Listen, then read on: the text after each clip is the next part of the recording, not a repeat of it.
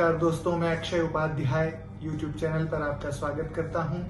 तो आज हम हिंदू धर्म की सबसे प्राचीन प्रमुख परंपरा के बारे में चर्चा करेंगे कि मंदिर क्यों जाते हैं, मंदिर जाने के पीछे क्या कारण है। हमारे बड़े बुजुर्ग हमें अक्सर कहा करते हैं कि मंदिर जाना चाहिए, उसके पीछे वैज्ञानिक कारण क्या है, धार्मिक कारण क्या है, ये हम चर्चा करेंगे।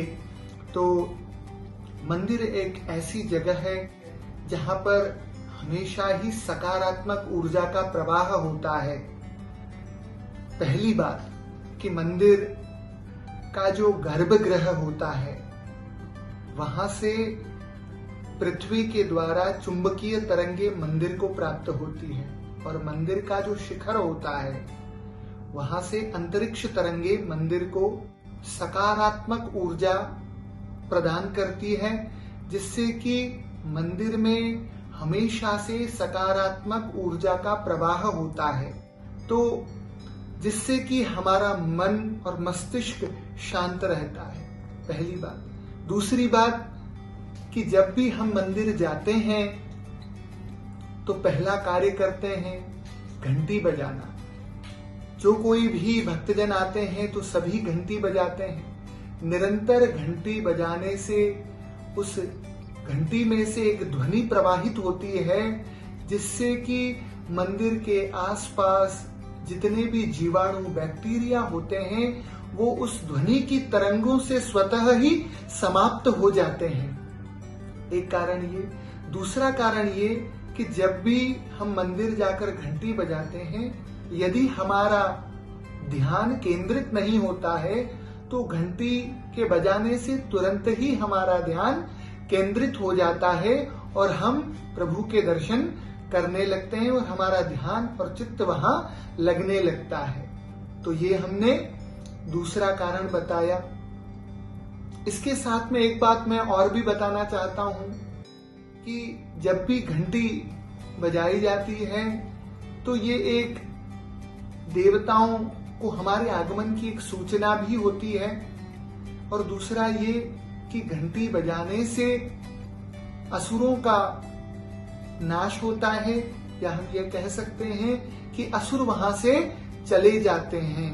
तो मित्रों, आपने थोड़े समय पहले ही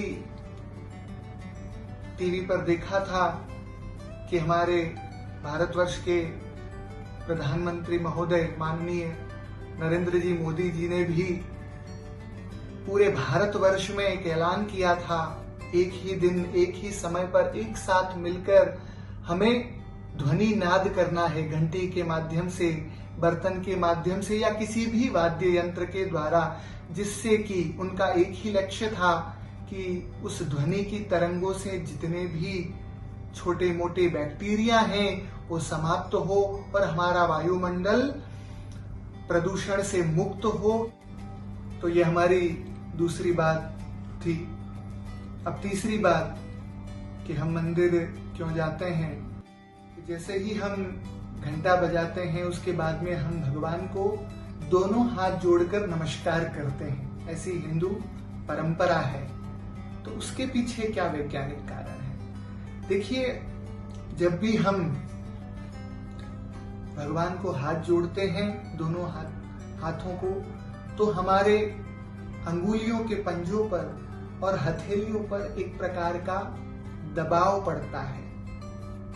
उस एक्यूप्रेशर के कारण उसका सीधा असर हमारे दिमाग, कान और आंख पर पड़ता है। तो उससे क्या होता है कि जिसको भी हम नमस्कार करते हैं उसको हम लंबे समय तक याद रख सकें, इसीलिए ये हमारे हिंदू परंपरा में यह नियम लागू हुआ। आप देखेंगे हिंदू संस्कृति में, हिंदू धर्म में हम सभी को हाथ जोड़कर जय श्री कृष्ण, राधे राधे, जय सीताराम, राम राम, इस प्रकार के धार्मिक शब्दों का प्रयोग करते हुए उनको हाथ जोड़कर नमस्कार करते हैं। उसका वैज्ञानिक कारण यही है।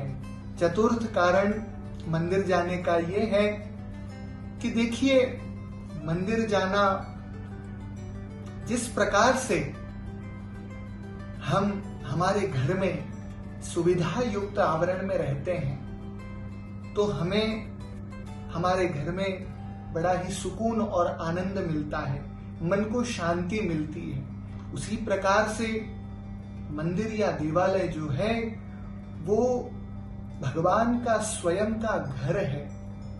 तो उस मंदिर में भी भगवान को प्रसन्न करने के लिए विविध प्रयास किए जाते हैं, विविध तरीके से भगवान को प्रसन्न करने के लिए उनका पूजन किया जाता है, पंचामृत से उनका नित्य अभिषेक किया जाता है, वेद मंत्रों का पाठ किया जाता है, जप अनुष्ठान यज्ञ इत्यादि कर्म किए जाते हैं, विविध नित्य व्यंजन भोग के रूप में भगवान को लगाकर उनको प्रसन्न रखने के प्रयास किए जाते हैं, जिससे कि वहां पर सभी देवी देवता बहुत ही आनंद रूप में विराजते हैं, जिसके कारण उस मंदिर के इर्द गिर्द एक विशेष प्रकार की ऑरा या हम उसको ऊर्जा कह सकते हैं व्याप्त हो जाती है, जिससे कि मंदिर आने वाले सभी भक्तों का भी कल्याण होता है, उनका मन चित्त एकदम शांत हो जाता है। तो मंदिर जाना क्यों चाहिए, इसके बारे में अपने विचार प्रकट किए। मुझे आशा ही नहीं, पूरा विश्वास है कि मैंने जो ये 4 बातें आपसे व्यक्त की है और आप उससे लाभान्वित और सहमत भी हुए होंगे।